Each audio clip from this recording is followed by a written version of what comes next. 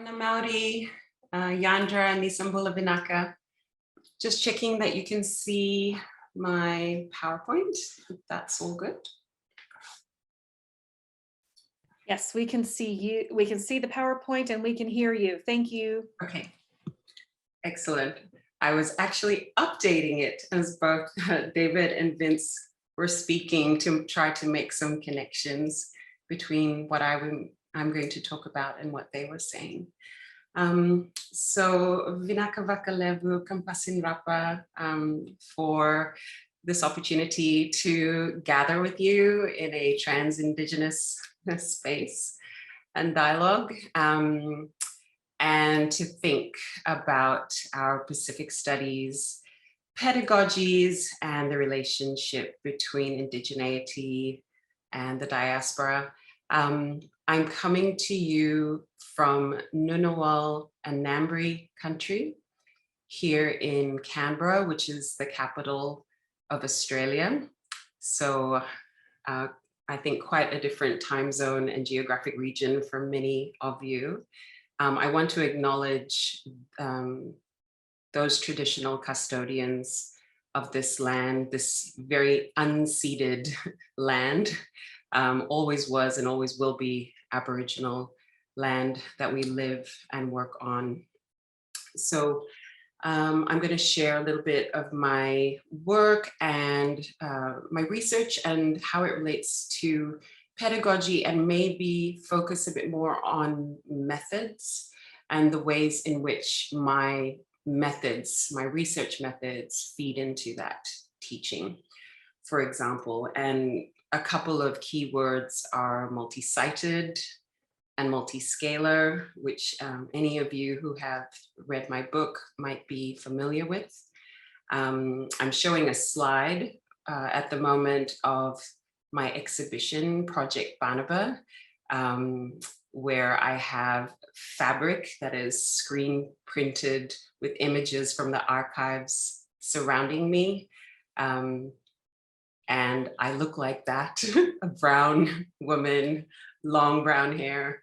And at the moment I'm sitting in my office surrounded by images and posters from anti-nuclear movements of the past, and also some packing boxes, because I am in a temporary office here at the Australian National University.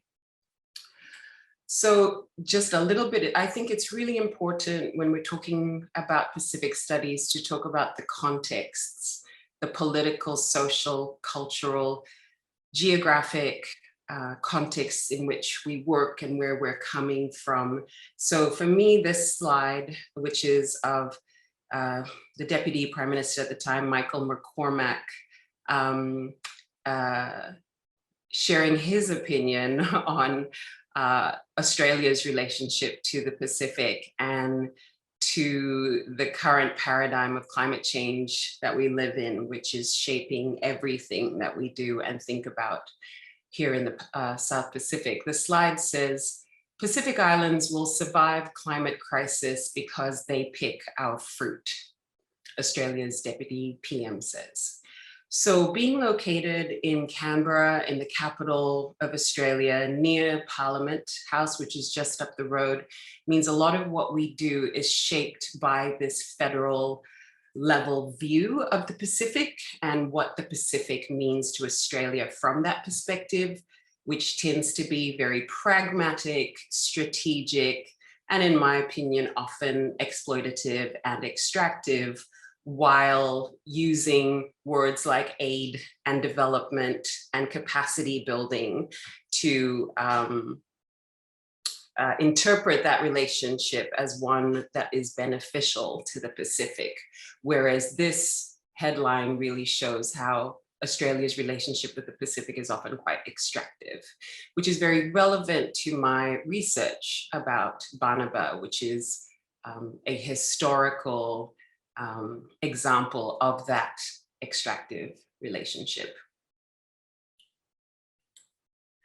Before I go on about that, though, I want to acknowledge my elder sister, Katerina Teaiwa, the late Katerina Teaiwa, who, as you mentioned in the beginning, her words and her ideas have shaped a lot of the things that we're thinking about in this symposium.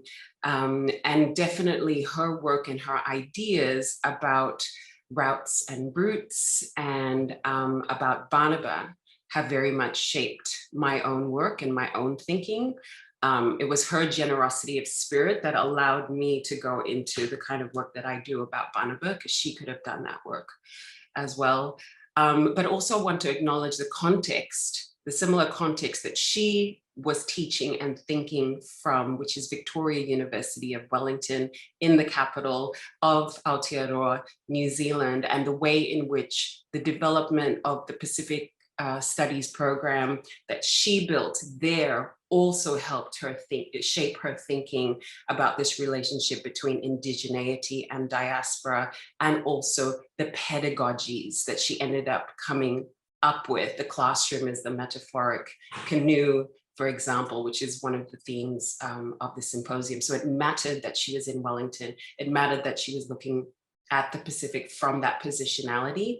And I also want to acknowledge the ongoing work of that excellent Center for Pacific Studies at Victoria of University of Wellington, that's led by April Henderson and Emelani Case, who are very much in that genealogy of Terry's thinking, while also doing very innovative and interesting pedagogical work and research and PhD supervision.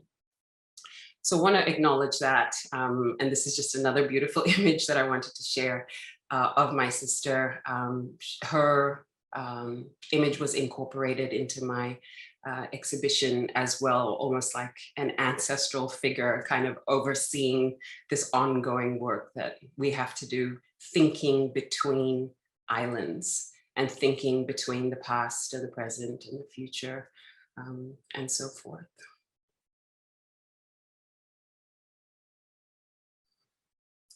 So to zoom, when I talk about a multiscalar and a multi-sided approach, I'm constantly moving between different scales, between thinking about things at a very, very micro level and at a macro level, and doing these things simultaneously.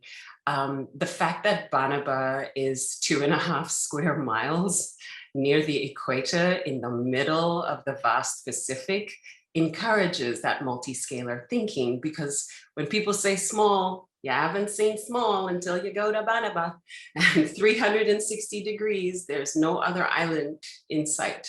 So the sheer skill that it took for people to get there and survive there for thousands of years in a very harsh environment. So Banaba has quite limited flora and fauna and is in a great drought belt. There's constant issues of drought that face Banaba, and there's a huge one right now where everyone ran out of fresh drinking water, and water had to be shipped in from other parts of Kiribati. The sheer level of skill that it took to get there and live there and survive there is relevant to what I'm talking about today, because I talk about how it takes millions of years to build an island and a much, much shorter period of time to destroy it.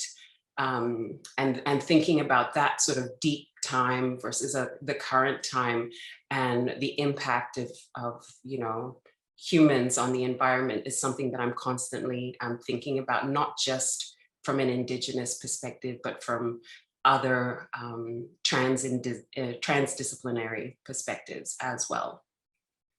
So that's Banaba, and what happened to Banaba in terms of the extraction of phosphate mining, which happened for 80 years, an 80-year period of mining between 1900 and 1980, resulted in Banabans going from that very small scale of living on the small island to creating a global movement where they were trying to have their voices heard at a global level, pushing back against imperial mining, demanding independence for their self-determination, sovereignty, and their voices and their priorities to be heard.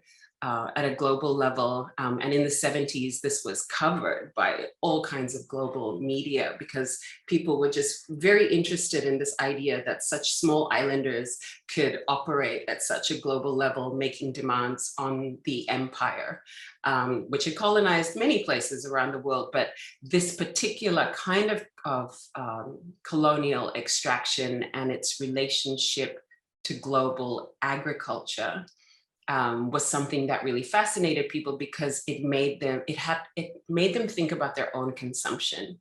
Because when we're talking about global agriculture, we're talking about global supply chains and everyone's implicated in that process. So one of the metaphors that I work with a lot is this idea of consuming Ocean Island, which was the title of my book, which is related to some of the concepts that both David and Vince were talking about in terms of, but particularly David, in terms of the land being the place that feeds.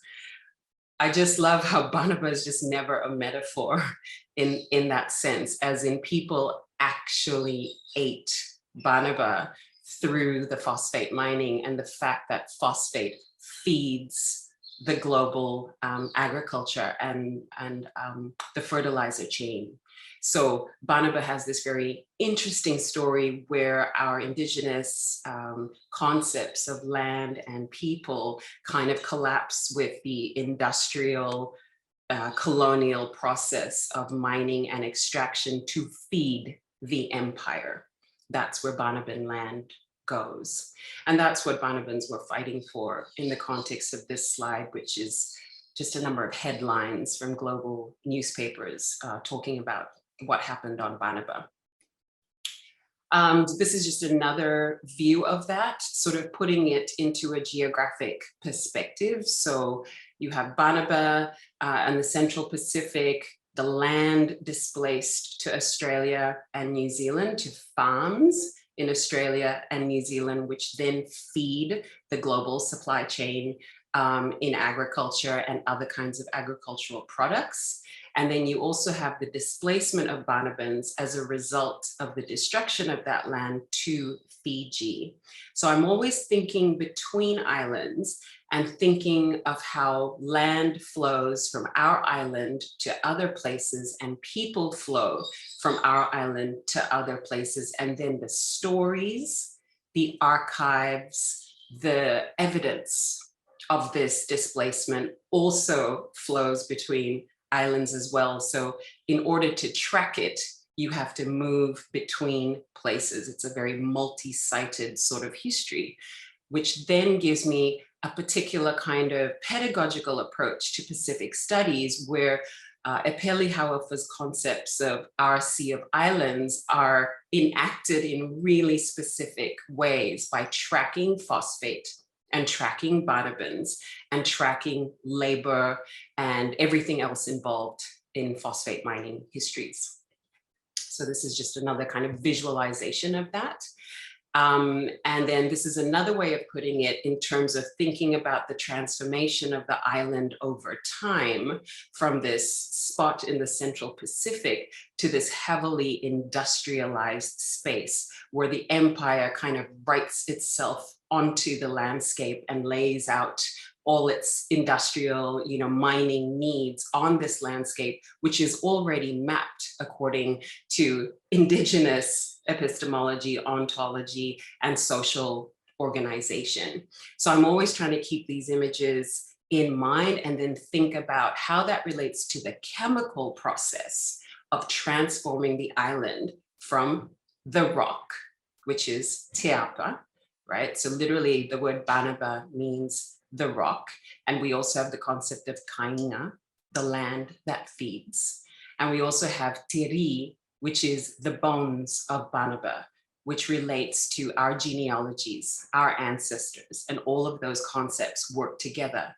However, then an industrial chemical process comes into the equation, transforming the island into calcium phosphate or phosphoric acid. So I have to consider what is land when it goes from Teaiwa to phosphoric acid, which then feeds that fertilizer chain.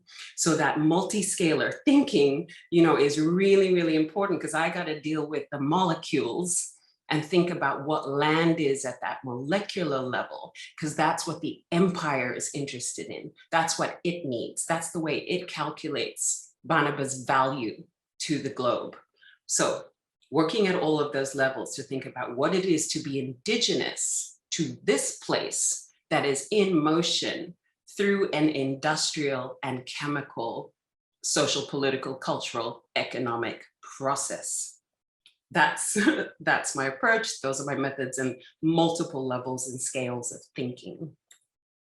So to put it a bit more simply then, where is Banaba? Where are Banabans? I think of Banabans as mind dispersed, multi-sited island and islanders. We are in motion, and we are always between islands, because in order to locate ourselves, we got to do some multi-sided things. So for me, this is a really different way of thinking about something like the diaspora, which sort of thinks about movement of people in a particular kind of way, and home and away, and those relationships. I'm not deliberately trying to complicate it. This is actually the story of Banaba, which automatically nuances those ideas of being rooted and being routed, I suppose. So just to end, because again, Hoku, just signal me if I'm going on too long. I transformed all of this into an exhibition, because for me, this story is a Pacific story and it's a global story. Everybody's got to know this story. I know it's a small island. I know nobody's heard of it. I know people even don't know where Kiribati is, let alone Banaba. But this is a story of the Anthropocene. Like, this is a story of the everything, of the empire and the impacts of the industrial process on the globe. So I worked with Yuki Kihara. This is an image of me and Yuki in 2017. I am breastfeeding my child in the middle of a meeting with the curators of Carriage Works, who commissioned me to do an entire exhibition about this story, working between the archives, archival images, and this amazing space. And Yuki very much inspired that process as well and curated it. This was the result, Project Banaba. This is version 1 of trying to put this story into a 3D kind of form in a particular kind of space, which is the origin point actually of the company that mined Banaba. So when I create art about Banaba, it follows those routes. It is not like a random gallery somewhere, like, oh, that gallery is interested. It's like, where's that gallery? It's in Sydney. That's where the company was based before they discovered phosphate on Banaba. So we did it in Sydney as kind of to follow the story of Banaba in a genealogical way. So this is some of the images from Project Banaba, and I'm happy to talk about it more later. I'm just going to show you the images. But this one, I think, brings together a lot of the issues I think we've been talking about in terms of the implications for Indigenous peoples of the empire and the transformation of those ideas about belonging through colonialism. So basically the slide says, if you sign the agreement, your offense will be forgiven, you will not be punished. If you don't sign the agreement, this is a lease agreement for the land. Do you think your lands will not go? Do not be blind. Your lands will be compulsorily acquired for the empire. It was a threat to Banabans who refused to sign any further, sign away their land. So I hung it in the middle of the exhibition so that when people walk in, they're like, that's not very nice. So yeah, and on the flip side of these fabrics that I hang in there, I put the bones of the land. So this is what's left when the empire takes the land. What's left are these limestone pinnacles, which stick out of the ground just like the bones of the land. Diri, right? It all comes together. So we applicate that on the back of what these are supposed to represent: phosphate sacks, each sack of phosphate removed from Banaba. That part of the exhibition is called Body of the Land, Body of the People.